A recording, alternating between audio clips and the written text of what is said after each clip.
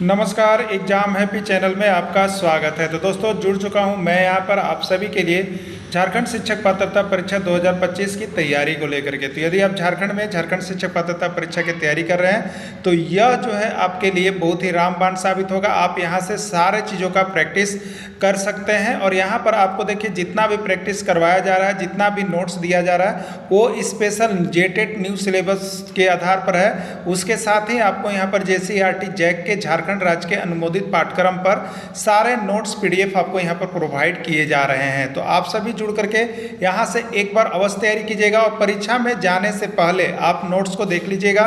2 दिन 4 दिन भी बचा हुआ है तो आप यह अवश्य समझिएगा कि आपके यहाँ पर इस PDF से पूरा के पूरा प्रश्न हूबहू छपने वाला है, क्योंकि JCERT जैक का बना हुआ है। आप बाहर का कोई भी प्रैक्टिस सेट लेके पढ़ रहे हो उसके बावजूद भी यहाँ से नोट्स लेकर के पढ़ना आप नहीं भूलिएगा। चलिए देखते हैं आज के यहाँ पर महत्वपूर्ण प्रश्न जाएगा। किसी भी जीव का निवास या वास स्थल को कहा जाता है आवास, पर्यावरण, वायुमंडल या कोई नहीं। ये देखिए CG टेट 2016 का प्रश्न है, छत्तीसगढ़ शिक्षक पात्रता परीक्षा 2016 में पूछा गया है। तो किसी भी जीव का निवास या वास स्थल को हम लोग आवास कहते हैं। राइट आंसर इसका ये हो जाएगा। उष्णकटिबंधीय घास स्थल कौन कौन से क्षेत्र में पाए जाते हैं? पूर्वी अफ्रीका, वेनेजुएला, ब्राज़ील या कोई नहीं। तो उष्ण के लिए आपको हम क्या बताएं थे, अभी याद आ रहा होगा, पूस, व्राकम, बेला बताया था अभी इसके पहले थ्योरी क्लास में। पूस से पूर्वी अफ्रीका दिया हुआ है, ब्रा से ब्राज़ील दिया हुआ है और वे से वेनेजुएला दिया हुआ है। ये तीनों यहाँ पर पूस मने उष्ण हम आपको बताए थे, उष्ण कटिबंधीय घास स्थल का नाम है, यानी राइट आंसर इसका डी हो जाएगा। ठीक है, चलिए शीतोष्ण कटिबंधीय घास स्थल कौन से क्षेत्र में पाया जाता है? शीतोष्ण कटिबंधीय घास स्थल कौन से क्षेत्र में पाए जाते हैं? ये राजस्थान टेट 2019 का प्रश्न है। ठीक है, ये राजस्थान शिक्षक पात्रता परीक्षा 2019 में पूछा गया है। अर्जेंटीना, उत्तरी अमेरिका, दक्षिणी अफ्रीका या सभी। ठीक है, तो देखिए यहाँ पर शीतोष्ण कटिबंधीय में अभी आपको ट्रिक बताया था हम, अपय, उपरे, दबे। अ से अर्जेंटीना है, उ से उत्तरी अमेरिका है और द से दक्षिण अफ्रीका भी है, यानी राइट आंसर इसका सभी हो जाएगा। उस ट्रिक को लिख लीजिएगा। जो थ्योरी क्लास नहीं कर पाते हैं वो यहाँ से ज़रूर कर लीजिएगा, थ्योरी क्लास जरूर कर लीजिएगा। नहीं कर पाए तो नोट्स ज़रूर लेके पढ़ लीजिएगा। और आपको तो हम बता देते हैं कि EVS जैसा यहाँ आपको जितना हम लिख के दे रहे हैं ऐसा नोट्स आपको बहुत कम ही मेहनत करके मिल पाएगा किताब से। तो इसलिए आप देखिए अपना समय बर्बाद नहीं कीजिएगा। जो भी शिक्षक देख रहे हो आप यहाँ से EVS के लिए तो ज़रूर कंप्लीट कर लीजिएगा। ठीक है, 30 में आपको अगर 20-22 नंबर भी आ जाता है तो समझिए कि आपका जेटेट यहाँ से कंफर्म हो गया, निकल गया। ठीक है, ऐसे तो हम आपको सभी सब्जेक्ट का नोट्स बना दिए, सब कुछ आप देख सकते हैं, लेकिन आपको जो भी मिले आप यहाँ से EVS भी ले सकते हैं, मैथ्स भी ले सकते हैं, हिंदी, सब कुछ एकदम सरल भाषा में आपको करा दिए हैं और 500 रुपये में तो सब क्लास ही आपको करवा दे रहे हैं। ठीक है, तो आप सभी जुड़ जाइए। Hand retain notes, hand retain सभी किताब पढ़ने के लिए आपको यहाँ पर मिलेंगे, PDF आपको व्हाट्सएप पर भेज दिया जाएगा। ठीक है, चलिए अगला देखिएगा। पूर्वी अफ्रीका के घास स्थल को क्या कहा जाता है? कंपोस, डाउन्स, पैम्पास, कोई नहीं। उत्तराखंड टेट 2018 में पूछा गया था। ठीक है, तो पू है, तो पू से हम लोग याद किए थे पूस, ब्राकम, वेला, यानी पूर्वी अफ्रीका के घास के मैदान को सवाना कहते हैं। इसमें सवाना कहीं भी ऑप्शन नहीं है, देख लीजिए, इसलिए इसका राइट आंसर कोई नहीं हो जाएगा। ठीक है, सवाना होना चाहिए था। ब्राज़ील के एक घास के मैदान को क्या कहते हैं? तो ब्राज़ील के घास के मैदान को तीनों याद रखिएगा, पूस, ब्राकम, वेला।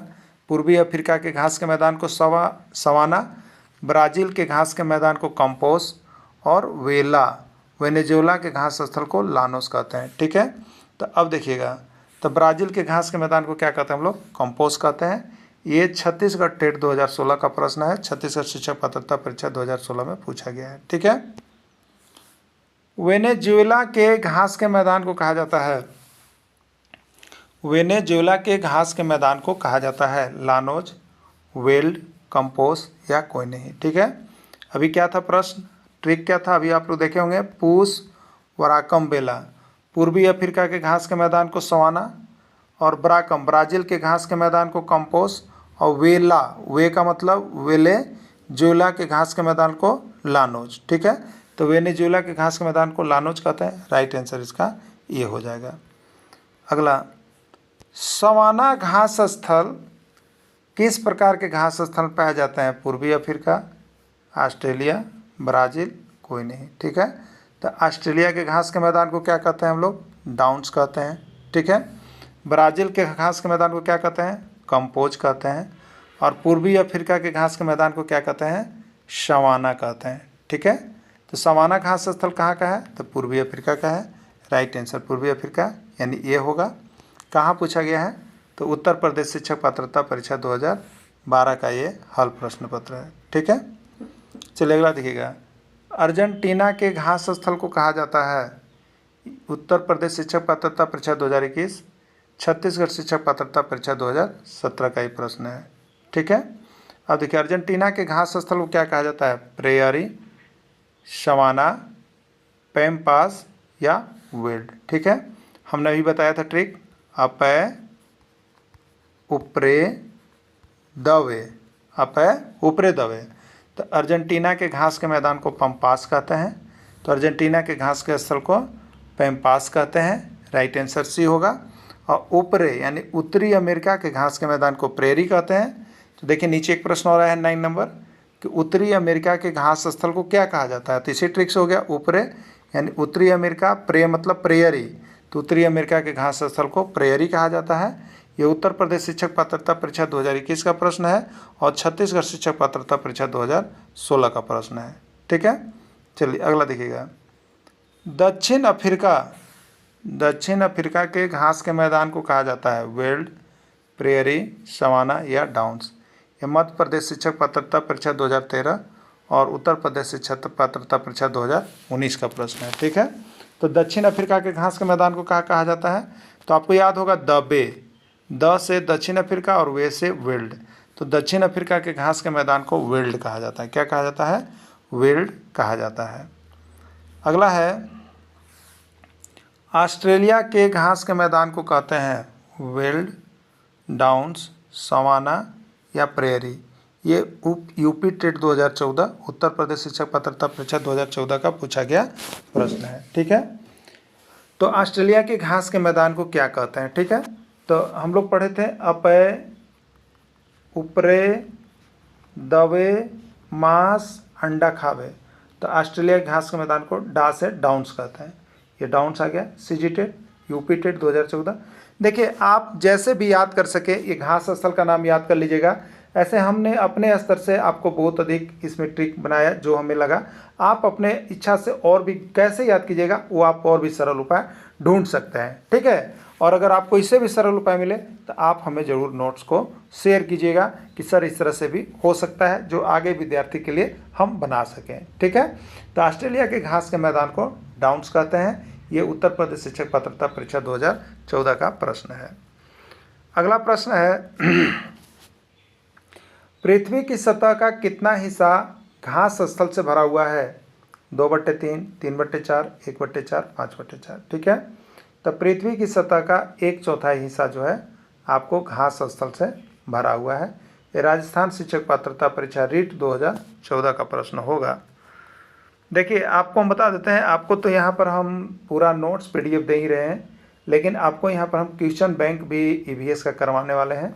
आपको सारे राज्यों का क्वेश्चन बैंक भी आपको हम करवा देंगे। आप देख लीजिएगा कि किस तरह के प्रश्न अन्य राज्यों में पूछे गए हैं। और यहाँ पर जेटेट का जो है 2013 और 2016 का क्वेश्चन बैंक हम आपको करवा दिए हैं EVS का, आप सभी उसको देख लीजिएगा। ठीक है, अगला है, सवाना घास स्थल पाए जाते हैं? कहाँ पाए जाते हैं? देखिए सवाना बहुत महत्वपूर्ण है, बार बार आया है। ये उत्तर प्रदेश शिक्षक पात्रता परीक्षा 2013 में पूछा, छत्तीसगढ़ शिक्षक पात्रता परीक्षा 2017 में पूछा और बिहार शिक्षक पात्रता परीक्षा 2022 में पूछा है। ठीक है, सवाना घास स्थल कहाँ पाया जाता है? पूर्वी अमेरिका, पूर्वी अफ्रीका, ब्राज़ील या वेनेजुएला। ठीक है, तो अभी आप लोग देखे थे, आपको हमने एक ट्रिक दिया था, पूस, वराकम, बेला, ये 3 को क्या मिला है ना? तो ये पूस से पूर्वी अफ्रीका होता है और उसके घास के मैदान को सवाना कहते हैं। तो यहाँ पर 4 ऑप्शन है, पूर्वी अमेरिका होगा कि पूर्वी अफ्रीका होगा, ब्राज़ील के वेनेजुएला। तो पूर्वी अफ्रीका के घास स्थल को हम लोग सवाना कहते हैं। क्लियर हो गया ना? चलिए ठीक है। वेल्ड घास स्थल कहाँ पाए जाते हैं? वेल्ड घास स्थल कहाँ पाए जाते हैं? यूपी टेट 2012 में और उत्तराखंड टेट 2014 में। अर्जेंटीना, उत्तरी अमेरिका, दक्षिणी अफ्रीका या कोई नहीं। ठीक है, तो दक्षिण दबे याद होगा आपको, एक ट्रिक दिए थे दबे, यानी दक्षिण अफ्रीका के घास मैदान को वेल्ड कहते हैं। तो वेल्ड कहाँ का है? दक्षिण अफ्रीका का है। तो राइट आंसर इसका क्या हो जाएगा? सी हो जाएगा। ठीक, ट्रिक को याद रखिएगा। लानोस घास स्थल कहाँ पाए जाते हैं? लानोस घास स्थल कहाँ पाए जाते हैं? तो आपको याद है ना, पूस ब्राक के बेला बा, पूस ब्राकम वेला। पूर्वी अफ्रीका के घास के मैदान को सवाना, ब्रा से ब्राज़ील के घास के मैदान को कंपोस, और वेला, वेला में वे को कहते हैं वेनेजुएला और ला से कहते हैं लानोस, यानी वेनेजुएला के घास स्थल को लानोस कहते हैं। ठीक है, तो लानोस किसका है? वेनेजुएला का है। राइट आंसर इसका सी है। ये राजस्थान, जिसको रिट 2019 में और यूपी टेट 2017 में पूछा गया है। संसार की सबसे ऊंची पर्वत श्रेणी है, संसार की सबसे ऊंची पर्वत श्रेणी है। ये देखिए, यूपी टेट 2014 का प्रश्न है और उत्तराखंड टेट 2017 का प्रश्न है। ठीक है, हिमालय है, रॉकी है, गॉडविन अस्टीन है या काराकोरम है। ठीक है, तो संसार की सबसे ऊंची पर्वत श्रेणी में किसका नाम जाता है? तो आप जानते हैं हिमालय का नाम जाता है। ठीक है, हिमालय इसका राइट आंसर हो जाएगा। हिमालय का सबसे ऊंचा पर्वत शिखर है, हिमालय का सबसे ऊंचा पर्वत शिखर कौन है? Kanchenjunga, mount Everest, Nanda Devi, Dhaulagiri. मध्य प्रदेश शिक्षक पात्रता परीक्षा 2016 और उत्तर प्रदेश शिक्षक पात्रता परीक्षा 2017 का प्रश्न है। तो हिमालय का सबसे ऊंचा पर्वत शिखर जो है वो है आपका माउंट एवरेस्ट। और माउंट एवरेस्ट कहाँ पड़ता है? नेपाल में पड़ता है।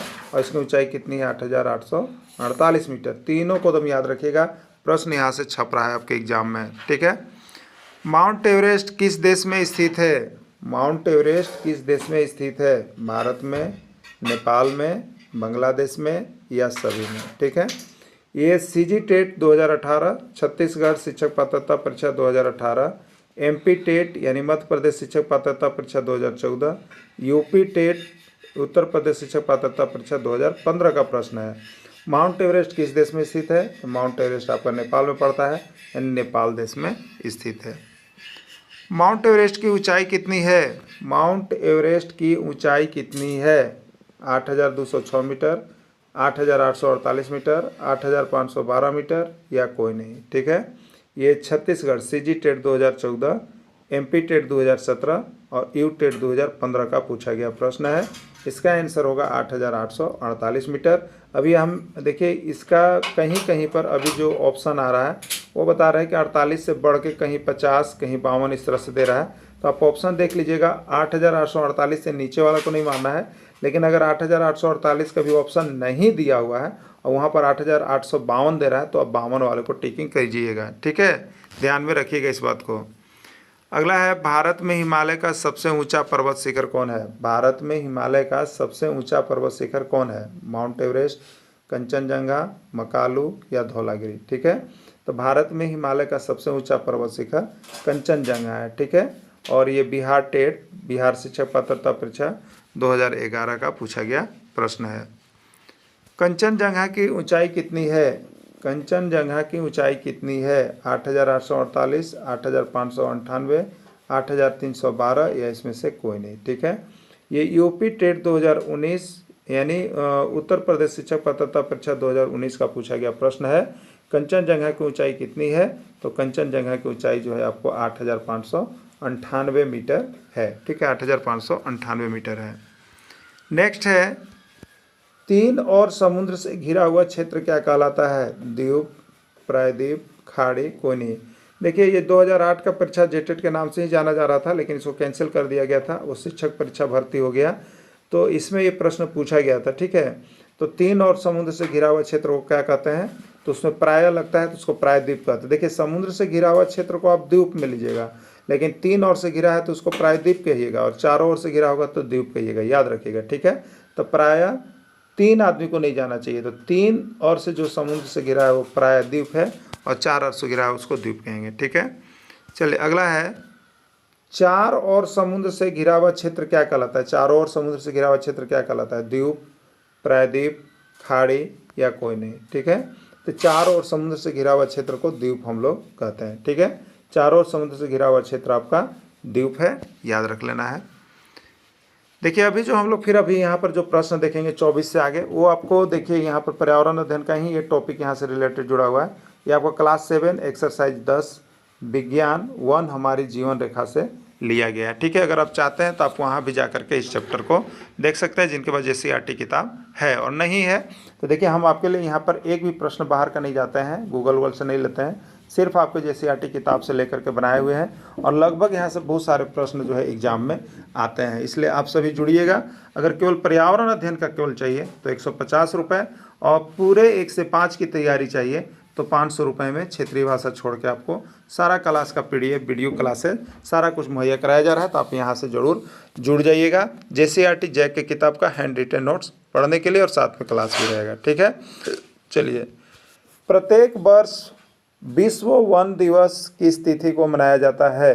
प्रत्येक वर्ष विश्व वन दिवस किस तिथि को मनाया जाता है? उत्तराखंड टेट 2019 में पूछा गया था। 10 मार्च, 12 मार्च, 22 मार्च, 21 मार्च। ठीक है, तो देखिए याद रखिएगा, दोनों चीज़ पूछता है। वन दिवस ना, तो 21 मार्च को क्या होता है? 21 मार्च को वन दिवस। ठीक है, 21 मार्च को वन दिवस। उसके बाद देखिएगा 22 मार्च, 22 मार्च। ठीक है, इस डेट को भी याद रख लीजिएगा। और एक होता है पृथ्वी दिवस, यहाँ से भी प्रश्न होता है। एक होता है जल दिवस। तीनों दिवस को याद रख लीजिएगा। ठीक है, तो तीनों दिवस से प्रश्न आता है। 21 हो गया, 22 मार्च हो गया, एक 22 अप्रैल हो गया। ठीक है, चलिए अगला देखिएगा, झारखंड राज्य में कितने क्षेत्रफल पर वन फैला हुआ है? झारखंड राज्य में कितने क्षेत्रफल पर वन फैला हुआ है? 23,200 किलोमीटर, 23,605 वर्ग किलोमीटर, 22,605 वर्ग किलोमीटर, 23,804 वर्ग किलोमीटर। कितने वर्ग किलोमीटर क्षेत्र पर वन फैला हुआ है आपको बताना है। ठीक है, कितने वर्ग किलोमीटर क्षेत्र पर वन फैला हुआ है? तो ये आपका जो है देखिए यहाँ पर 23,605 वर्ग किलोमीटर पर फैला हुआ है। 23,605। PGT एग्जाम 2022, झारखंड दरोगा 2017 ये प्रश्न पूछा गया था। झारखंड राज्य में कितना प्रतिशत भाग पर वन है? झारखंड राज्य में कितना प्रतिशत भाग पर वन है? JTET का भी प्रश्न है और UP टेट का भी प्रश्न है। 29%, 25%, 22%, 24%। ठीक है, देखिए झारखंड राज्य में जो वन है वो आपको 29% भाग पर वन फैला हुआ है। झारखंड राज्य में वन कितने प्रतिशत भाग पर है? 29% भाग पर वन फैला हुआ है। पेड़ पौधे किसका संतुलन करते हैं? पेड़ पौधे जो है या जिसको वन कहे, किसका संतुलन करते हैं? हरियाणा टेट 2017 का प्रश्न है।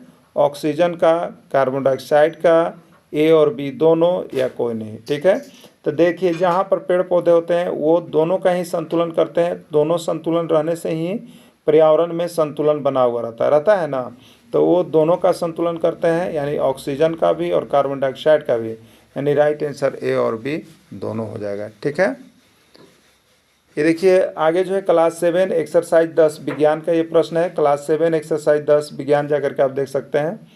प्रकृति का फेफड़ा किसको कहा जाता है? प्रकृति का फेफड़ा किसको कहा जाता है?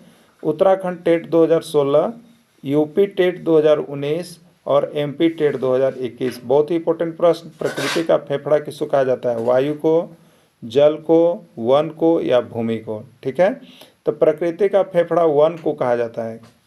वन को कहा जाता है क्योंकि वन ये ऑक्सीजन और कार्बन डाइऑक्साइड दोनों के बीच क्या करते हैं? संतुलन बनाए हुए रखते हैं, जो कि मानव या जीव जंतु दोनों के लिए बहुत ही ज़रूरी है श्वास लेने के लिए। इसलिए इसको प्रकृति का फेफड़ा भी कहा जाता है। ठीक है, अगला है, वृक्ष जल को अवशोषित करते हैं। वृक्ष जल को कैसे अवशोषित करते हैं? ये MP टेट 2014, उत्तराखंड टेट 2018 और CG टेट 2020 का प्रश्न है। ठीक है, वृक्ष जल को कैसे अवशोषित करते हैं? पत्ता के द्वारा, तना के द्वारा, जड़ के द्वारा या कोई नहीं। ठीक है, तो वृक्ष जो जल का अवशोषण करते हैं वो आपका जड़ के द्वारा करते हैं। कैसे करते हैं? जड़ के द्वारा जल का अवशोषण करते हैं। ग्लोबल वार्मिंग विश्व उष्णन का प्रमुख कारण क्या है? ऑक्सीजन का बढ़ जाना, कार्बन डाइऑक्साइड का बढ़ जाना, जल का बढ़ जाना, कोई नहीं। ठीक है, देखिए ये ग्लोबल वार्मिंग जो है विश्व उष्णन, समझिए ये है क्या चीज़, बहुत इंपॉर्टेंट प्रश्न है। होता क्या है, देखिए कि जब वायुमंडल में क्या होता है कि कार्बन डाइऑक्साइड की जब मात्रा बढ़ जाती है, वायुमंडल में कार्बन डाइऑक्साइड की मात्रा बहुत अधिक बढ़ जाने के कारण वहाँ पर जो होता है क्या होता है, गर्मी बहुत ज़्यादा बढ़ जाता है, बहुत ज़्यादा बढ़ जाता है। ठीक है, जितना ही कार्बन डाइऑक्साइड की मात्रा बढ़ेगी और शहरों में पेड़ पौधा नहीं होगा तो वो क्या होगा, ऑक्सीजन जाएगा नहीं और कार्बन डाइऑक्साइड खत्म होगा नहीं। तो इस तरह से जहाँ पर कार्बन डाइऑक्साइड गैस की मात्रा बढ़ जाएगी तो वहाँ का तापमान बढ़ जाएगा और इसी तापमान को बढ़ना ही ग्लोबल वार्मिंग कहलाता है या विश्व उष्णन कहलाता है। बहुत तरह से प्रश्न पूछता है, इसीलिए आपको यहाँ जाना जरूरी है। ठीक है, तो वायुमंडल में क्या होता है, अचानक कार्बन डाइऑक्साइड की मात्रा कभी कभी बढ़ जाती है जिसके कारण वहाँ का तापमान बहुत ही ज़्यादा हो जाता है, तो उसी को ग्लोबल वार्मिंग कहते हैं या उसी को विश्व उष्णन कहते हैं। ये झारखंड टेट और एमपी टेट दोनों का प्रश्न है, तो राइट आंसर होगा कार्बन डाइऑक्साइड का मात्रा बढ़ जाना। ठीक है, चलिए अगला देखिएगा, चिपको आंदोलन किस राज्य में चलाया गया? चिपको आंदोलन किस राज्य में चलाया गया? उत्तराखंड, मध्य प्रदेश, हरियाणा या झारखंड? ठीक है, ये चिपको आंदोलन क्या है, उत्तराखंड है। क्यों चलाया गया था? तो ये पेड़ पौधा को बचाने के दृष्टि से चलाया गया था, क्योंकि वहाँ के जो चंदन के पेड़ थे उसको बाहर के तस्कर लोग क्या करते थे, लोग वहाँ से काट काट के बेच देते थे। इसके लिए ये जो पेड़ थे उत्तराखंड के जंगलों का, वो क्या था, वहाँ के लोगों को जीविका का मुख्य साधन था। और इसके लिए यहाँ पर सुंदरलाल बहुगुणा की तरफ से ये कहा गया कि आपको जो है पेड़ से चिपक जाना है। क्या करना है, पेड़ से चिपक जाना है, अगर कटे तो हमारी मुड़ी कटे या धड़ कटे या सर कटे या जो भी हो। इसके लिए इस आंदोलन का नाम जो है चिपको आंदोलन दिया गया है। ठीक है, ये उत्तराखंड टेट 2016 और यूपी टेट 2012 का प्रश्न पूछा गया है। एपिको आंदोलन कहाँ चलाया गया? एपिको आंदोलन कहाँ चलाया गया? बिहार टेट 2011 प्रश्न है। उत्तराखंड, झारखंड, हरियाणा या कर्नाटक? ठीक है, एपिको आंदोलन जो है आपको कर्नाटक में चलाया गया था। झारखंड में किस प्रकार के वन की अधिकता है? झारखंड में किस प्रकार के वन की अधिकता है? झारखंड अनुसेवक और माध्यमिक शिक्षक परीक्षा दोनों में पूछे गए थे। पर्णपाती वन, आर्द्र पर्जन्य वन, शुष्क पर्जन्य वन या कोई नहीं। ठीक है, तो देखिए यहाँ पर जो झारखंड में वन पाए जाते हैं वो शुष्क पतझड़ वन पाया जाता है, क्योंकि यहाँ के पेड़ जो होते हैं किसी विशेष ऋतु में झड़ जाते हैं, पूरे नंगा हो जाते हैं पेड़ यहाँ के। ठीक है, और फिर कुछ समय के बाद इसमें पत्तियाँ हरी हरी आती है, तो ये शुष्क वन कहलाते हैं। इसलिए झारखंड में जो वन पाए जाते हैं वो आपको शुष्क पतझड़ वन कहिएगा, ये शुष्क होते हैं यहाँ की जगह। ठीक है, वन के संबंध में क्या सही है, आपको बताना है कि वन के संबंध में इसमें क्या सही बात बोला गया है। वन मृदा अपरदन से बचाते हैं, वन पर्यावरण संतुलन को बनाए रखते हैं, वन भौम जल स्तर को बनाए रखते हैं। राइट आंसर सभी। सीजी टेट 2014 छत्तीसगढ़ शिक्षक पात्रता परीक्षा 2014 का प्रश्न। ठीक है, तो वन मृदा अपरदन से बचाते हैं। मृदा अपरदन के मतलब कि जैसे देखिएगा बरसात के दिनों में जब वर्षा बहुत अधिक होती है तो आप मिट्टी देखिएगा, यहाँ बहुत अधिक मिट्टी है तो ये बह करके यहाँ का सारा मिट्टी यहाँ पर गड्ढा बना देता है और यहाँ मिट्टी यहाँ आके कर देता है। तो ये मृदा का एक जगह से दूसरे जगह चला जाना ढो करके वही मृदा अपरदन कहलाता है। लेकिन जहाँ वन रहते हैं, जहाँ पेड़ पौधे रहते हैं, वहाँ मिट्टी का कटाव नहीं हो पाता है, क्योंकि वहाँ पानी की धार ज़्यादा तेज नहीं होती है। ज़्यादा धार तेज होने के कारण ही मिट्टी का कटाव हो पाता है। तो वन मृदा अपरदन से बचाते हैं, बिल्कुल सही है। ठीक है, वन पर्यावरण संतुलन बनाए रखते हैं। पर्यावरण संतुलन में ऑक्सीजन और कार्बन डाइऑक्साइड का संतुलन वन रहेंगे तो बना हुआ रहेगा। भौम जल स्तर को बनाए रखते हैं, जहाँ की जड़ें होती है जड़ पानी को सोखते रहते हैं, इसलिए वहाँ क्या करते हैं वन जो होते हैं पानी को बहने नहीं देते हैं, जिससे कारण वहाँ का जल स्तर जो है बढ़ा हुआ रहता है। यानी राइट आंसर इसका डी होगा, सभी होगा। ठीक है, प्रदूषण का मुख्य कारण है। प्रदूषण का मुख्य कारण क्या है, इसमें से बताना है आपको। वनों की कटाई, वर्षा की अधिकता, वनों का संरक्षण, बढ़ती वन की संख्या। ठीक है, ये देखिए बहुत ही इंपॉर्टेंट प्रश्न है प्रदूषण। आपका उत्तर प्रदेश शिक्षक पात्रता परीक्षा 2016, सीजी टेट 2014, एमपी टेट 2018 में पूछा गया था। ठीक है, तो वन प्रदूषण का मुख्य कारण, तो यहाँ पर पहला आप देखिएगा तो वन की कटाई जितना ही होगा प्रदूषण उतना ही होगा। ठीक है, वर्षा की अधिकता का प्रदूषण से कोई संबंध नहीं है। वनों का संरक्षण का प्रदूषण से कोई संबंध नहीं है। वन का जितना ही संरक्षण होगा, वन का जितना ही बचाव होगा, वो प्रदूषण उतना ही कम होगा। ठीक है, ये प्रदूषण का कारण नहीं है। बढ़ती वन की संख्या, अगर वन बढ़ेंगे तो प्रदूषण और कम होगा, ये वो प्रदूषण का कारण नहीं है। तो प्रदूषण का मुख्य कारण हो गया वनों की कटाई। विश्व का सबसे बड़ा रेगिस्तान है, देखिए कितना बार पूछा है। Haryana TET 2018, MP TET 2017, Haryana TET 2013, इस तरह से प्रश्न आ रहा है। विश्व का सबसे बड़ा रेगिस्तान है लेह, लद्दाख, सहारा या सभी। ठीक है, तो अभी आपने देखा था विश्व का सबसे बड़ा रेगिस्तान जो है आपको सहारा रेगिस्तान है, जो कि उत्तरी अफ्रीका में पड़ता है। ठीक है, सहारा रेगिस्तान किस प्रकार का रेगिस्तान है? देखिए प्रश्न, सहारा रेगिस्तान किस प्रकार का रेगिस्तान है? ठंडा, गर्म, शुष्क या नम? बिहार टेट 2021 और सीजी टेट 2018 यहाँ पर पूछ दिया गया है। ठीक है, तो सहारा रेगिस्तान किस प्रकार का रेगिस्तान है? तो सहारा रेगिस्तान जो है आपका गर्म रेगिस्तान है, याद रखिए गर्म रेगिस्तान है। क्लियर, अभी इसके पहले थ्योरी क्लास में हो गया है और उसी का यहाँ पर ऑब्जेक्टिव क्वेश्चन हम लोग देख रहे हैं। ठीक है, देखिए आपको बता देते हैं, जो भी शिक्षक हैं अगर यहाँ पर ईवीएस की केवल तैयारी करना चाहते हैं तो 150 रुपये में ईवीएस का सारा नोट्स पीडीएफ और क्वेश्चन बैंक ले सकते हैं और उसके सारा वीडियो भी मिल जाएंगे। और बाकी अगर जो शिक्षक यहाँ पर पूरी क्लासेज करना चाहते हैं तो उनको 500 रुपये लगेंगे। क्षेत्रीय भाषा छोड़ करके सारी क्लासेज उनको इसी तरह से नोट्स पीडीएफ वीडियो सारी क्लासेज प्रोवाइड की जाती है। तो आप यहाँ से जेसीईआरटी जैक की किताब का नोट्स लेकर के पढ़ना, परीक्षा में जाने से पहले तक कभी नहीं भुलाइएगा। ठीक है, जरूर लेकर के ही पढ़ कर ही जाइएगा, क्योंकि बहुत ही आपको यहाँ पर सभी का छांट करके बनाया गया है। ठीक है, मरुस्थल में कौन सा प्राणी रह सकता है? गाय, भेड़, बकरी या ऊँट? ठीक है, हरियाणा टेट 2018 में पूछा गया, उत्तराखंड टेट 2012 में पूछा गया और बिहार टेट 2011 में पूछा गया था। ठीक है, तो मरुस्थल में कौन सा प्राणी रह सकता है? तो आप यहाँ पर देखिएगा मरुस्थल में जो है आपका ऊँट रह सकता है। मरुस्थल में कौन रह सकता है? मरुस्थल में आपका ऊँट रह सकता है। ठीक है, मरुस्थल में आपका ऊँट रह सकता है केवल। क्लियर, चलिए अगला देखिएगा।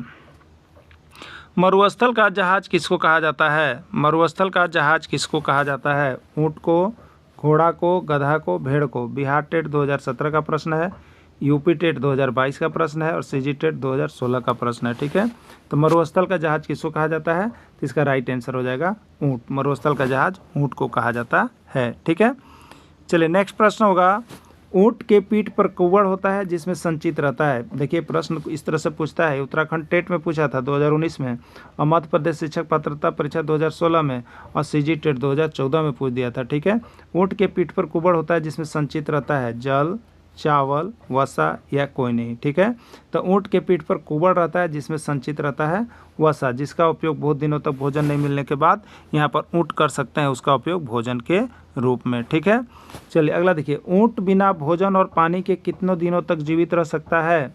ये उत्तराखंड टेट 2016, मध्य प्रदेश शिक्षक पात्रता परीक्षा 2019, उत्तर प्रदेश शिक्षक पात्रता परीक्षा 2022 और आकलन परीक्षा 2000 यहाँ पर अभी 24 हुआ थे, गलत लिखा गया है, 2024-16 प्रश्न ये यहाँ पर आपसे पूछा गया है और 24 में था, 2025 में हुआ है। ठीक है, तो ये आकलन परीक्षा 2016 नहीं 2025 में झारखंड में पूछा गया है। 8 से 10 दिन, 10 से 12 दिन, 12 से 14 दिन या 14 से 16 दिन। ठीक है, तो ऊँट बिना भोजन और पानी के कितने दिनों तक रख सकता है? अभी थ्योरी क्लासेज में हमने देखा था 10 से 12 दिन तक, तो इसका राइट आंसर 10 से 12 दिन हो जाएगा। ठीक है, ऊँट के पैर होते हैं छोटा, पतला और नाटा, लंबा और पतला कोई नहीं। CG TET 2018, MP TET 2018। ठीक है, तो ऊँट के पैर कैसे होते हैं? तो ऊँट के पैर लंबा और पतला होता है। ठीक है, ऊँट के पैर लंबा और पतला होता है। अगला है, ऊँट के गर्दन लंबे होते हैं जिसके कारण वह, यह मध्य प्रदेश शिक्षक पात्रता परीक्षा 2018 में आया है, बी टेट यानी बिहार शिक्षक पात्रता परीक्षा 2022 में आया है, क्योंकि वह सिर्फ उत्तर दिशा में देख सकते हैं, सिर्फ दक्षिण दिशा में देख पाते हैं, सिर्फ पूर्व दिशा में देख पाते हैं, वह सभी दिशा में देख पाते हैं। ठीक है, तो ऊँट के गर्दन लंबे होते हैं जिसके कारण वह सभी दिशा में देख सकते हैं, इसकी यह विशेषता होती है।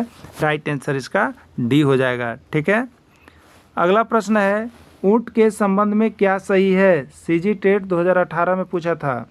ऊँट को मरुभूमि का जहाज कहा जाता है, ऊँट बिना भोजन और पानी के कई दिनों तक जिंदा रह सकता है, ऊँट के पीठ पर कुव्वड़ होता है जिसमें वसा संचित रहता है, और अगला है सभी। ठीक है, तो देखिए ऊँट के संबंध में क्या सही है? तो ऊँट को मरुभूमि का जहाज कहा जाता है, बिल्कुल सही है। ऊँट बिना भोजन और पानी कै दिनों तक रह सकता है, ये भी सही है। ऊँट के पीठ पर कुबड़ होता है जिसमें वसा संचित रहता है, ये भी कथन सही है। राइट आंसर बचा सभी, यानी इसका राइट आंसर हो जाएगा डी, इसका सभी कथन सही है। ठीक है, अगला है ऊँट की विशेषता नहीं है। ऊँट का विशेषता नहीं है, यूपी टेट 2018 में पूछा है। ऊँट के पैर लंबे होते हैं, ये तो विशेषता में है। ऊँट एक शाकाहारी जानवर है, ये भी विशेषता के हैं। ऊँट की आंखें भूरी और पलके लंबे होते हैं, ये भी उसकी विशेषता है। ऊँट के पीठ पर कुबड़ होता है जिसमें जल संचित रहता है, ये बिल्कुल गलत है। ऊँट के पीठ पर कुबड़ होता है जिसमें जल नहीं वसा संचित होता है, ये गलत है, ये ऊँट की विशेषता नहीं है। राइट आंसर इसका डी हो जाएगा। क्लियर।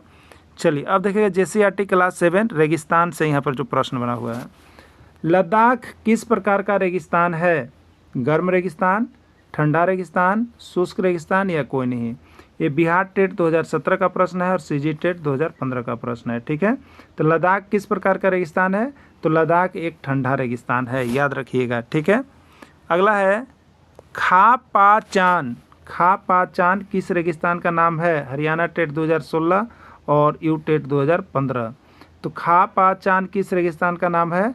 लद्दाख रेगिस्तान, सहारा रेगिस्तान, सभी या कोई नहीं? तो खा पा चान जो है आपको लद्दाख रेगिस्तान को कहा जाता है।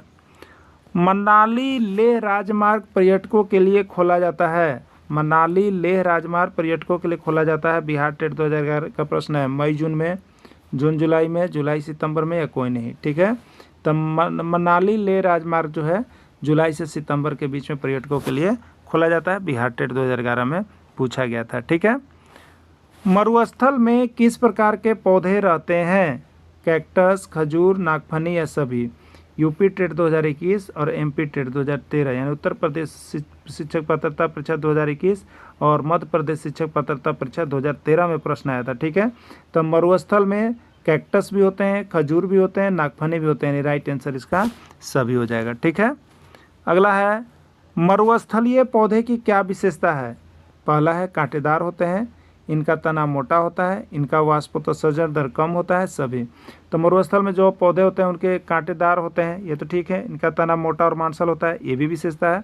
इन मोटा होने के कारण इसमें वाष्पोत्सर्जन दर कम होता है, जिसके कारण पानी बहुत दिनों तक पेड़ पौधे में बने हुए रहते हैं और गर्मी के कारण सूखते नहीं हैं। तो इस विधि से इसका राइट आंसर क्या हो जाएगा? सभी हो जाएगा। MP टेट 2016 का ये प्रश्न आया हुआ है। ठीक है, अगला है मरुस्थल में रहने वाले जीव जंतु और पौधे हैं ऊँट, खजूर, सर्प या सभी? तो मरुस्थल में ऊँट भी रहते हैं, मरुस्थल में पौधा खजूर भी रहता है, मरुस्थल में सांप भी रहते हैं, यानी राइट आंसर इसका डी सभी होगा। यूपी टेट 2016 और उत्तराखंड टेट 2014 में पूछा गया है। ठीक है, जो वन सालों भर हरे भरे रहते हैं उन्हें कहते हैं? 53 नंबर, ये बिहार टेट 2011 का प्रश्न है। उष्णकटिबंधीय सदाबहार वन, उष्णकटिबंधीय पर्णपाती वन, शीतोष्ण सदाबहार वन या कोई नहीं? ठीक है, तो उष्णकटिबंधीय सदाबहार वन सालों भर हरे भरे रहते हैं, इसलिए इसको उष्णकटिबंधीय सदाबहार वन कहते हैं। तो यहाँ पर है कि जो वन सालों भर हरे भरे रहते हैं उन्हें क्या कहते हैं? तो उन्हें उष्णकटिबंधीय सदाबहार वन कहते हैं। राइट आंसर इसका ए होगा, BCD नहीं होगा। ठीक है, चलिए अगला देखिएगा। उष्णकटिबंधीय सदाबहार वन में किस प्रकार के वृक्ष पाए जाते हैं? उष्णकटिबंधीय जो सदाबहार वन है उसमें किस प्रकार के वृक्ष पाए जाते हैं? रोजवुड, आबूनस, महोगनी या सभी? ठीक है, ये उत्तर प्रदेश शिक्षक पात्रता परीक्षा 2014 में आया हुआ प्रश्न था। ठीक है, तो उष्णकटिबंधीय सदाबहार वन में आपको सभी प्रकार के वृक्ष पाए जाते हैं। राइट आंसर इसका डी होगा।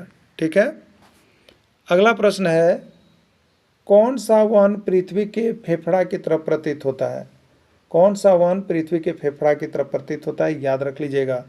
ब्राज़ील का उष्णकटिबंधीय सदाबहार वन, अमेरिका का उष्णकटिबंधीय वन, अफ्रीका का उष्णकटिबंधीय वन या कोई नहीं? ठीक है, ये कहाँ पूछा गया था? तो CG टेट 2017 में पूछा गया था। ठीक है, तो कौन सा वन पृथ्वी के फेफड़ा की तरह काम करता है? तो ब्राज़ील का उष्णकटिबंधीय सदाबहार वन जो है पृथ्वी के फेफड़ा की तरह काम करता है। ठीक है, चलिए अगला देखिएगा। विश्व का सबसे बड़ा सांप है? एनाकोंडा, अजगर, नाग, कोई नहीं? ये उत्तर प्रदेश शिक्षक पात्रता परीक्षा 2019 का पूछा गया प्रश्न है। आपको यहाँ पर बताया है विश्व का सबसे बड़ा सांप एनाकोंडा है, जो क्या करता है? मगरमच्छ को भी मारकर खा सकता है। एनाकोंडा किस प्रकार के वन में पाए जाते हैं? आपको बताना है कि एनाकोंडा जो है किस प्रकार के वन में पाए जाते हैं। ये रीट 2014 राजस्थान शिक्षक पात्रता परीक्षा 2014 का पूछा गया प्रश्न है। उष्णकटिबंधीय सदाबहार वन में, उष्णकटिबंधीय वर्षा वन पर्णपाती वन में, शंकुधारी वन या कोई नहीं। ठीक है, तो एनाकोंडा जो है ये उष्णकटिबंधीय सदाबहार वन में पाया जाता है। मानसूनी वन किस वन को कहते हैं? मानसूनी वन किस वन को कहते हैं? अभी आप लोग इसके पहले देखे थे फेफड़ा। ठीक है, प्रकृति का फेफड़ा वाला वन किसको कहते हैं? तो उष्णकटिबंधीय सदाबहार वन को, जो ब्राज़ील में है। ठीक है, अब यहाँ पर पूछता है कि मानसूनी वंश के नाम से किस वन को कहा जाता है? ये Punjab TET PTET Punjab TET 2018 का प्रश्न है। मानसूनी वन किस वन को कहा जाता है? उष्णकटिबंधीय सदाबहार वन को, उष्णकटिबंधीय पर्णपाती वन को, शीतोष्ण पर्णपाती वन को या कोई नहीं। ठीक है, उष्णकटिबंधीय सदाबहार वन को क्या कहते हैं? तो ये सालों भर इसमें पत्ता रहता है, इसलिए सदाबहार कहते हैं। ये मानसूनी नहीं होती है। उष्णकटिबंधीय पर्णपाती वन जो है ये मानसूनी वन है। यह मानसून आने पर इनकी पेड़ की पत्तियां झड़ जाती है और फिर पेड़ में नए कोमल पत्ते लगते हैं। तो उष्णकटिबंधीय पर्णपाती वन इसका आंसर हो जाएगा। ठीक है, राइट आंसर बी हो जाएगा। उष्णकटिबंधीय पर्णपाती वन में किस प्रकार के वृक्ष पाए जाते हैं? सागवान, नीम, शीशम, कोई नहीं या सभी। ठीक है, तो उष्णकटिबंधीय पर्णपाती वन में सागवान भी होता है, नीम भी होता है, शीशम भी होता है। नहीं, राइट आंसर सभी डी होगा, लेकिन डी में सभी होगा। दो ऑप्शन है, कोई नहीं या सभी, तो सभी आंसर होगा। ये हरियाणा टेट 2014 का आपका आया हुआ प्रश्न है। हरियाणा शिक्षक पात्रता परीक्षा 2014 में पूछा गया था। ठीक है, और इसी तरह से यहाँ पर झारखंड के एग्जाम पूछा गया है कि झारखंड में किस प्रकार के वन पाए जाते हैं। ठीक है, झारखंड में तो ये पेड़ सागवान आपको झारखंड में देखने को मिलता है, नीम भी मिलता है, शीशम मिलता है। यानी उष्णकटिबंधीय पर्णपाती वन जो है आपको झारखंड में भी देखने को मिलता है। ठीक है, अगला है गोल्डन लंगूर या बंदर किस प्रकार के वन में पाए जाते हैं? यूपी टेट 2016 उष्णकटिबंधीय सदाबहार वन, पर्णपाती वन, शीतोष्ण कोई नहीं। तो ये उष्णकटिबंधीय पर्णपाती वन में पाए जाते हैं। ठीक है, अगला है शंकुधारी वन किस प्रकार के क्षेत्र में पाए जाते हैं? मरुस्थलीय, दलदली, पर्वतीय, कोई नहीं। उत्तराखंड टेट यूटेट 2017 मतलब उत्तराखंड शिक्षक पात्रता परीक्षा 2017 का पूछा गया प्रश्न है। ठीक है, तो शंकुधारी वन हिमालय में पाया जाता है और हिमालय क्या है? पर्वतीय क्षेत्र है, इसलिए पर्वतीय क्षेत्र में शंकुधारी वन पाए जाते हैं। इसका मछली का श्वसन अंग क्या होता है? मछली का श्वसन अंग क्या होता है? नाक, पूंछ, गलफड़ा या गिल्स या कोई नहीं। ठीक है, ये बिहार टेट 2011 में पूछा गया है, यूपी टेट 2014 में पूछा गया है और सीजी टेट 2016 में पूछा गया है। ठीक है, तो ये जलीय आवाज़ से एक आध प्रश्न आपके एग्जाम में रह सकते हैं। आप सभी जरूर देख करके ही जाइएगा। और जो नए जुड़ेंगे, जब भी आपको एग्जाम समय तक मिले या नोट्स पीडीएफ, तो यहाँ से पीडीएफ तो आप लेकर के पढ़ ही लीजिएगा, क्योंकि हैंड रिटन नोट्स और जेसीईआरटी जैक के किताब का है बीच बीच से सारा प्रश्न इसमें निकाल दिया गया है। इससे बाहर प्रश्न तो आपका रहेगा ही रहेगा। ठीक है, तो क्या होगा इसका? तो मछली का श्वसन अंग जो होता है वो गलफड़ा गिल्स होता है। राइट आंसर इसका सी हो जाएगा। अगला प्रश्न है व्हेल तथा डॉल्फिन में श्वसन अंग क्या होता है? ये हरियाणा टेट 2016 में पूछा गया था। गिल्स होता है, सिर पर स्थित नासा द्वार होता है, पूंछ होता है या कोई नहीं। ठीक है, तो देखिए व्हेल या डॉल्फिन जो समुद्र में रहते हैं उसको आप देखते होंगे कि जैसे समुद्र है तो आप व्हेल या डॉल्फिन को देखते होंगे, ये नीचे से सीधे ऊपर की ओर छलांग लगाते हैं। ठीक है, अगर इस समय यहाँ से अगर नाव वो समुद्र से भी गुजर रहा होगा तो उसको भी सब क्या कर देते हैं? डैमेज कर देते हैं, नाव वो पलट दे सकते हैं। क्यों ऐसा होता है? तो देखिए ये क्या होता है कि जो व्हेल या डॉल्फिन जो होते हैं, ठीक है, उनका जो होता है यहाँ पे सिर जो होता है वहाँ पे नासा द्वार होता है, वहाँ से श्वास लेते हैं। ठीक है, तो ये सिर पर है, इसलिए ये जब तक सिर को बाहर जल से नहीं निकालेंगे तो वे श्वास नहीं ले पाएंगे। ठीक है, तो ये श्वास लेने के लिए समय समय पर क्या करते हैं? ये बाहर जाते हैं। ये यहाँ जल है, समुद्र है, तो ये यहाँ पर छलांग लगाएंगे, इतना ऊपर कुछ देर रहेंगे, श्वास भर लेंगे, फिर ये नीचे चले जाते हैं। ठीक है, तो व्हेल और डॉल्फिन के कारण ही देखिएगा यहाँ पर जो होते हैं, जो नाविक लोग होते हैं उनको बहुत अधिक नुकसान होता है। समुद्र में कभी कभी तो नाव पलट भी जाते हैं। ठीक है, तो व्हेल अथवा डॉल्फिन जो यहाँ पर कहिए, उसमें श्वसन अंग क्या होता है, तो उनका सिर पर स्थित नसा द्वार होता है, जिसके कारण वे ऑक्सीजन लेने के लिए बाहर निकलते रहते हैं समय समय पर। ठीक है, चलिए नेक्स्ट है, ऑक्टोपस तथा स्क्विड समुद्र तल में तैरते रहते हैं, ये श्वास लेते हैं। ऑक्टोपस तथा स्क्विड कैसे श्वास लेते हैं, नासा द्वार से, गिल जिसको क्लोम कहेंगे, पूंछ या कोई नहीं। ठीक है, ये देखिए रीट 2018 यानी राजस्थान शिक्षक पात्रता परीक्षा 2018 का प्रश्न हुआ। तो ये गिल जो होते हैं उनके क्लोम कहलाते हैं, गिल क्लोम से लेते हैं। ये ऑक्टोपस तथा स्क्विड समुद्र तल में जो रहते हैं। मेढक कैसा जंतु है, मेढक कैसा जंतु है आपको बताना है। जलीय प्राणी है, स्थलीय प्राणी है, उभयचर प्राणी है, कोई नहीं। ये अभी आकलन परीक्षा 2024 में आया हुआ था, जो झारखंड में हुआ था, और यूपी टेट 2014 में आया हुआ था। ठीक है, तो मेढक कैसा जंतु है, तो आप देखते होंगे मेढक जल में भी आपको मिलेगा और स्थल पर भी आपको मिलते हैं। ठीक है, तो जो जल पर भी रहते हैं और जो स्थल पर भी, दोनों जगह पर मिलते हैं, तो उसी का एक नया नाम होता है उभयचर प्राणी, उसी का नया नाम होता है उभयचर प्राणी। तो मेढक कैसा जंतु है, तो ये उभयचर में चले जाएंगे। क्यों चले जाएंगे, क्योंकि ये जल और स्थल दोनों जगहों पर रहते हैं। ठीक है, चलिए नेक्स्ट देखिएगा, मेढक का श्वसन अंग है, मेढक का श्वसन अंग क्या है। हरियाणा टेट 2012 का प्रश्न ये आया हुआ है। नासा छिद्र है, फेफड़ा है, नासा छिद्र तथा फेफड़ा दोनों है, या कोई नहीं। ठीक है, तो देखिए एक चीज़ आपको बता देते हैं, जो उभयचर प्राणी होंगे उनका फेफड़ा भी होगा, जिसके कारण वह जो है ये जल के अंदर जो है सांस ले पाते होंगे, और यहाँ पर जब जल के बाहर आते होंगे स्थल पर, तो उनका नासा छिद्र भी होगा, जिसके कारण नाक से श्वास ले पाते होंगे।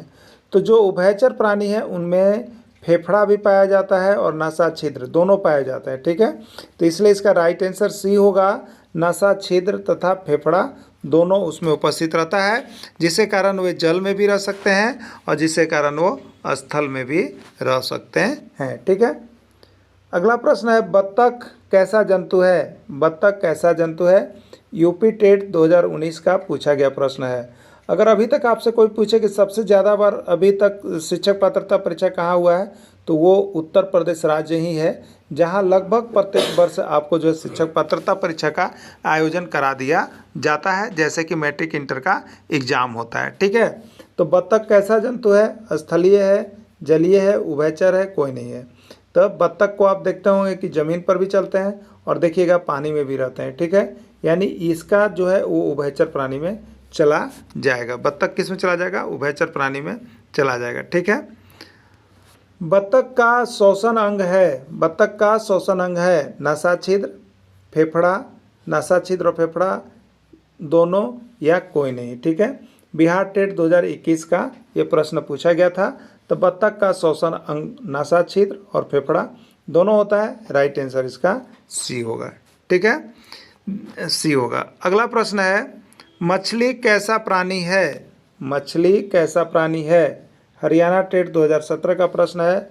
जलीय प्राणी है, स्थलीय प्राणी है, उभयचर प्राणी है, या कोई नहीं। ठीक है, तो मछली क्या है, मछली जो है स्पेशल आपका जलीय प्राणी है।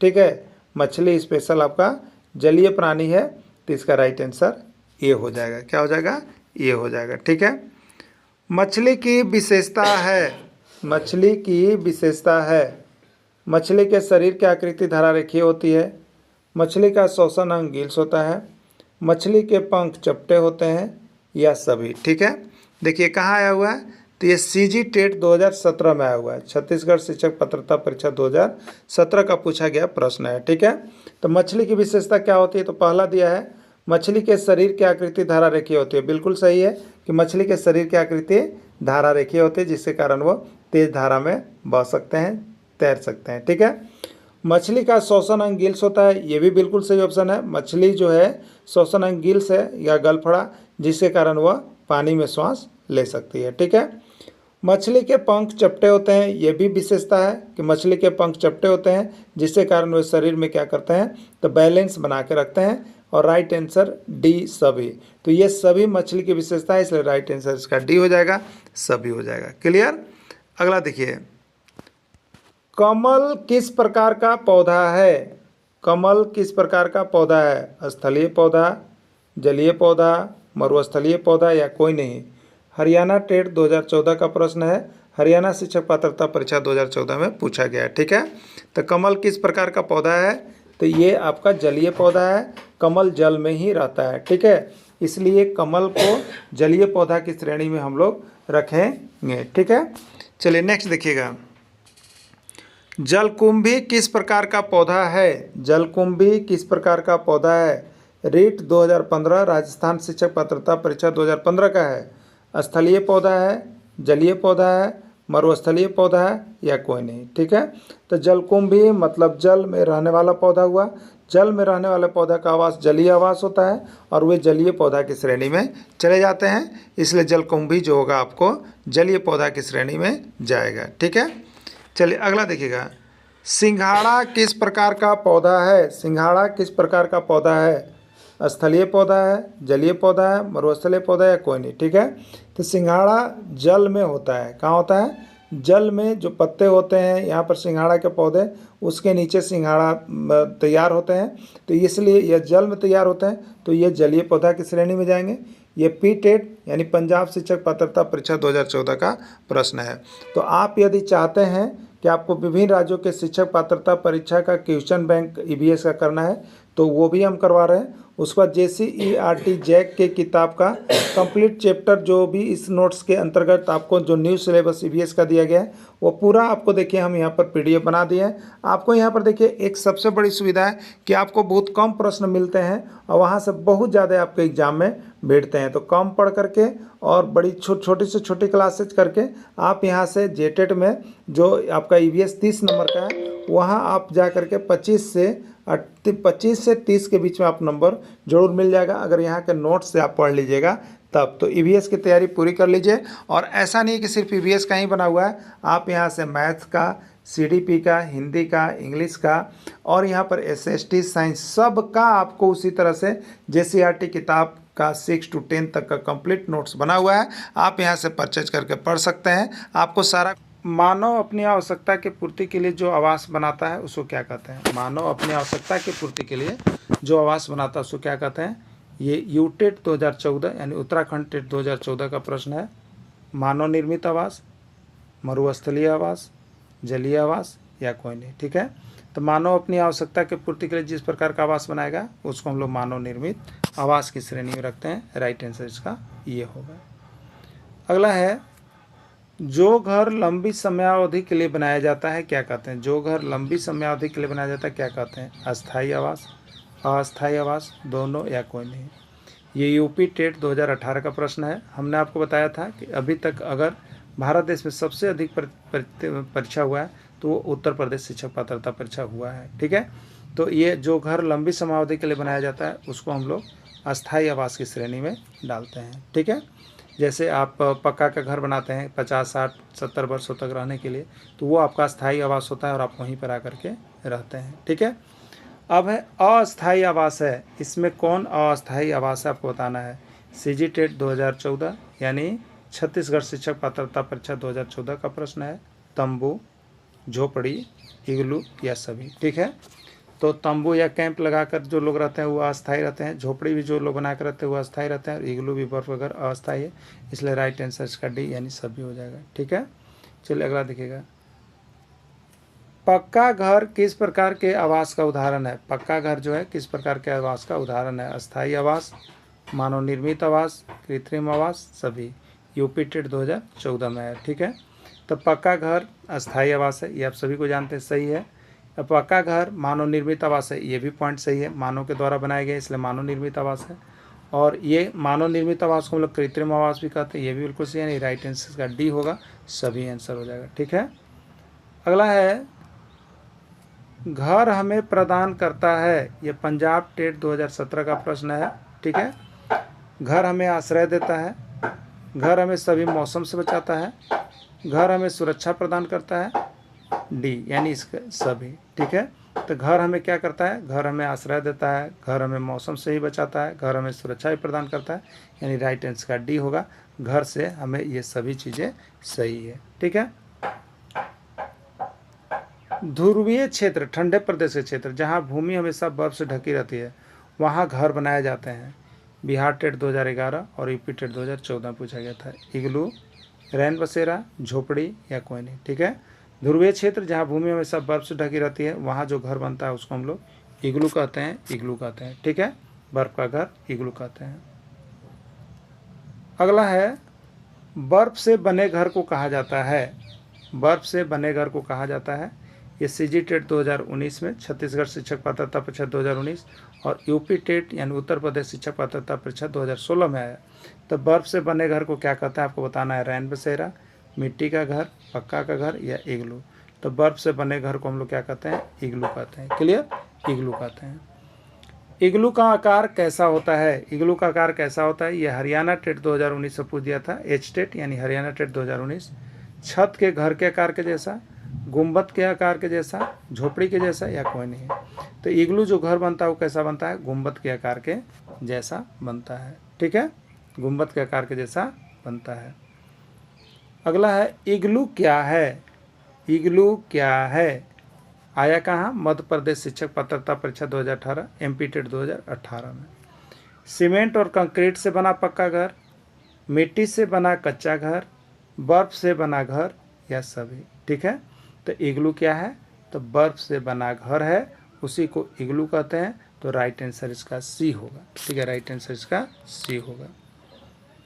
अगला प्रश्न है, इग्लू वाले घर में फर्श पर क्या बिछाए जाते हैं, इग्लू वाले घर में फर्श पर क्या बिछाए जाते हैं।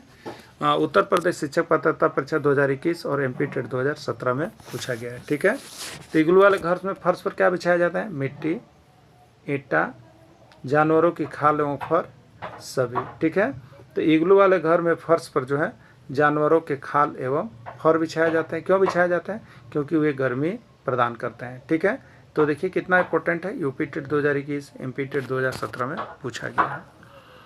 नेक्स्ट प्रश्न है, इग्लू के फर्श पर जानवरों के खाल एवं फर क्यों बिछाए जाते हैं, सुंदरता बढ़ाने के लिए, सर्दी का एहसास दिलाने के लिए, गर्मी को बढ़ाने के लिए, कोई नहीं। ये कहाँ पूछा गया था, तो देखिए एच टेट 2018 का प्रश्न है। ठीक है, तो ये जो घर पर बिछाया जाता है फर, इसका क्या कारण है, तो गर्मी को बढ़ाने के लिए। ठीक है, क्योंकि बर्फ़ का घर है, इस पर जब जानवरों के खाल और फर बिछाए जाते हैं तो फर क्या करते हैं, उन्हें गर्मी प्रदान करते हैं, तो गर्मी प्रदान करने के लिए होता है। ठीक है, अगला है, गर्म जलवायु वाले क्षेत्रों में घरों की दीवारें किस प्रकार की बनाई जाती है, मोटी, पतली, ईंट वाली पतली, कोई नहीं, एमपी टेट 2014। ठीक है, तो गर्म वाले जलवायु वाले क्षेत्रों में घरों की दीवारें जो होती है मोटी होती है, और ज़्यादा करके मिट्टी के जो घर बने रहते हैं वो देखिएगा तो 20-20 फीट का मोटा होता है। ठीक है, तो ये 20 इंची का मोटा दीवार भी होता है। ठीक है, 25-30 इंची का क्यों होते हैं, तो ये गर्मी से बचाते हैं और ठंडक प्रदान करते हैं। ठीक है, जैव घटक में शामिल है, जैव घटक में शामिल है पंजाब टेट 2016, हरियाणा टेट 2014 और एमपी टेट 2021 का प्रश्न है। ठीक है, जैव घटक में शामिल है हरा सागवान का पौधा, गाय, बैल, सभी। ठीक है, तो देखिए सभी हरे पौधे, सभी सजीव जीव जंतु या सभी पशु पक्षी जितने भी आ गए सभी जैव घटक में आते हैं। तो राइट आंसर इसका डी होगा, सभी हो जाएगा। ठीक है, अगला प्रश्न है, जैव घटक में शामिल हैं हरा नीम का पौधा, बकरी, कुत्ता, सभी। हरे पेड़ पौधे, यहाँ पर जीवित जो है पशु हैं, कि राइट आंसर का सभी होगा। यूपी टेट 2013 और बिहार टेट 2011 का पूछा गया प्रश्न है। ठीक है, जैव घटक के अंतर्गत आते हैं, जैव घटक के अंतर्गत आते हैं हरा तुलसी का पौधा, घोड़ा, भेड़िया या सभी। ठीक है, तो हरा पेड़ पौधा आता है, सजीव जीव जंतु आते हैं, यानी राइट आंसर का सभी होगा। यू टेट 2012 उत्तराखंड शिक्षक पात्रता परीक्षा 2012 का पूछा गया प्रश्न है। ठीक है, सजीव पौधा किस घटक के अंतर्गत आते हैं, सीजी टेट छत्तीसगढ़ शिक्षक पात्रता परीक्षा 2016 पूछा गया था। जैव घटक, अजैव घटक, दोनों या कोई नहीं। ठीक है, तो सजीव पौधा किस घटक के अंतर्गत आते हैं, तो राइट आंसर हो जाएगा आपका यहाँ पर जैव घटक। ठीक है, किस में हो जाएगा? जैव घटक में हो जाएगा। राइट आंसर जैव घटक होगा जिसमें सजीव पौधे हैं। अजैव घटक के अंतर्गत आते हैं, अब बताना है आपको कि इसमें कौन अजैव घटक के अंतर्गत आएगा। सूरज का प्रकाश, जल, वायु, सभी। तो सभी निर्जीव वस्तुएं, तो सूरज का प्रकाश, जल, वायु, सभी, ये सभी जो है इसमें जीव नहीं है, इसलिए ये सभी आपका अजैव घटक में चला जाएगा। अभी आकलन परीक्षा 2024 में भी आया था, हरियाणा शिक्षक पात्रता परीक्षा 2018 में, और उत्तर प्रदेश शिक्षक पात्रता परीक्षा 2014 का पूछा गया प्रश्न है। ठीक है, अजैव घटक में शामिल हैं, अजैव घटक में शामिल हैं नाइट्रोजन, प्रोटीन, कार्बोहाइड्रेट, सभी। तो अजैव घटक में नाइट्रोजन है, प्रोटीन है, कार्बोहाइड्रेट है, ये सभी चीज़ आएंगे, जिसमें हरे पेड़ पौधा, जीव जंतु को छोड़कर, पशु पक्षी को छोड़कर सजीव सब कुछ आएगा। आकलन परीक्षा और हरियाणा टेट 2016 दोनों बार देखिए, अभी जैक इसमें जैव और अजैव के बारे में पूछ दिया है। ठीक है, तो जैक ही इसका भी एग्जाम लेगी, इसलिए जैव अजैव आपको आएगा एग्जाम में। अजैव घटक में नहीं है, कौन अजैव घटक में नहीं आता है? पंजाब टेट 2012 और हरियाणा टेट 2016। ठीक है, पंजाब शिक्षक पात्रता परीक्षा 2012 और हरियाणा शिक्षक पात्रता परीक्षा 2016 का प्रश्न है। ठीक है, तो अजैव घटक में कौन नहीं है? सूर्य का प्रकाश, वसा, गाय, भेड़, बकरी या नाइट्रोजन। ठीक है, तो सूर्य का प्रकाश तो ये अजैव घटक है, वसा ये अजैव घटक है, नाइट्रोजन ये अजैव घटक है, लेकिन गाय है, भेड़ है, बकरी है, ये जीव है और ये सजीव है। तो सजीव है तो जैव घटक में, तो कौन नहीं है पूछा था, तो आपको राइट आंसर सी हो जाएगा। क्लियर? चलिए अगला देखिएगा, जल को किस घटक में रखा गया है? जल को किस घटक में रखा गया है? जैव घटक, अजैव घटक, दोनों या कोई नहीं। ठीक है, जल को किस घटक में रखा गया है? जैव घटक, अजैव घटक या दोनों। ठीक, तो जल क्या है? निर्जीव है, इसलिए इसको अजैव घटक में रखा गया है। छत्तीसगढ़ टेट 2016 और मध्य प्रदेश शिक्षक पात्रता परीक्षा 2015 का आया हुआ प्रश्न है। अगला है, उत्पादक के अंतर्गत आते हैं, उत्पादक के अंतर्गत आते हैं पालक का साग, हरा घास, बैर का पेड़, सभी। तो उत्पादक में कौन आते हैं? आपको अभी इसके पहले यहाँ पर थ्योरी क्लास करवा दिया गया। तो उत्पादक में आते हैं सभी हरे पेड़ पौधे जो अपना भोजन स्वयं बनाते हैं। तो पालक अपना भोजन स्वयं बनाता है, हरा घास स्वयं, बैर का पेड़ स्वयं, यानी राइट आंसर इसका डी हो जाएगा, यानी 94 नंबर का आंसर आपका डी हो जाएगा। प्राथमिक उपभोक्ता में शामिल हैं, प्राथमिक उपभोक्ता में शामिल है, बताया गया है कि प्राथमिक उपभोक्ता में वे सभी जीव आते हैं जो प्राथमिक उत्पादक को, यानी हरे घास या हरे पत्तियां को केवल खाते हैं, वो प्राथमिक उपभोक्ता में आते हैं। तो गाय है, हिरन है, खरगोश है, ये सभी हरे घास या हरी पत्तियां खाती है, इसलिए राइट आंसर का डी यानी सभी हो जाएगा। ठीक है, ये पंजाब टेट 2013 और हरियाणा टेट 2016 में पूछा गया है। ठीक है, प्राथमिक उपभोक्ता में शामिल हैं, प्राथमिक उपभोक्ता में शामिल है भेड़, हाथी, चूहा या सभी। ठीक है, तो भेड़ यहाँ पर क्या करती है? हरा घास, हाथी भी हरा पेड़ पौधा की पत्तियाँ, चूहा भी वही, यानी राइट आंसर सभी होगा।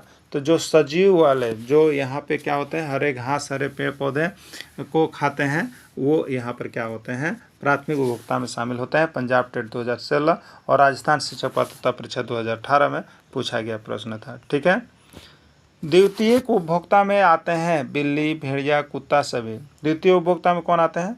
जो प्राथमिक उपभोक्ता को खाते हैं, प्राथमिक उपभोक्ता को खाते हैं। ठीक है, वो द्वितीय उपभोक्ता में आते हैं। प्राथमिक उपभोक्ता में कौन आते हैं? जो हरे पेड़ पौधे, साग सब्जी यानी शाकाहारी होते हैं। तो शाकाहारी में हिरन, हाँ, यहाँ पर खरगोश, यहाँ पर आगे आपका हाथी, गाय, ये सभी थे। तो अब द्वितीय उपभोक्ता में जो उन लोग को खाएगा, यानी जो हिरन को खा रहा होगा, जो हाथी को खा रहा होगा, जो गाय को खा रहा होगा, जो बत्तख को खा रहा होगा। ठीक है, ये सभी हरे वाले जितने चीज़ हैं उसको। तब बिल्ली खाती है चूहा को, भेड़िया भी खा जाती है, कुत्ता भी, यानी राइट आंसर इसका सभी हो जाएगा। ये सभी द्वितीय उपभोक्ता में शामिल हैं। तृतीय उपभोक्ता में शामिल हैं बाघ, गाय, हिरन, सभी। बाघ जो है देखिए, जो शाकाहारी प्राथमिक उपभोक्ता भी खा जाता है और द्वितीय उपभोक्ता दोनों को खा जाता है, इसलिए तो तृतीय उपभोक्ता है। गाय केवल गाय प्राथमिक उपभोक्ता है, हरे प्राथमिक उत्पादों को खाता है, हिरन प्राथमिक उपभोक्ता है, तो सभी। तो तृतीय उपभोक्ता में शामिल कौन है? तो राइट आंसर ए हो जाएगा, आपको बाघ हो जाएगा। ठीक है, कब आया था? तो सीजी टेट 2012, छत्तीसगढ़ शिक्षक पात्रता परीक्षा 2012 और हरियाणा टेट, हरियाणा शिक्षक पात्रता परीक्षा 2013। ठीक है, चलिए नेक्स्ट है, तृतीयक उपभोक्ता में शामिल है तृतीयक उपभोक्ता में शामिल है सांप, भेड़, खरगोश, चूहा। यूपी टेट 2016 और मध्य प्रदेश शिक्षक पात्रता परीक्षा 2014 में पूछा गया था। ठीक है, सांप देखिए तृतीयक उपभोक्ता में शामिल है। भेड़ हरे घास पत्तियों को खाती है, ये प्राथमिक उपभोक्ता। खरगोश प्राथमिक उपभोक्ता। चूहा प्राथमिक उपभोक्ता, यानी तृतीय उपभोक्ता में आपका सांप चला जाएगा। ठीक है, अजैव घटक नहीं है, आपको बताना है कि इसमें कौन अजैव घटक नहीं है। हरियाणा टेट 2016 में पूछा गया था। ठीक है, चूहा, बिल्ली, हरा घास, या सभी। ठीक, तो देखिए चूहा जीव है, इसलिए यह जैव घटक है। ठीक है, ये जैव घटक है। बिल्ली ये जैव घटक है। ठीक है, ये हरा घास ये जैव घटक है, यानी इसमें ये राइट आंसर सभी, यानी सभी जो है अजैव घटक नहीं है, सभी जो है जैव घटक है। ठीक है, तो देखिए 100 प्रश्न यहाँ पर अभी कंप्लीट हो गया। अब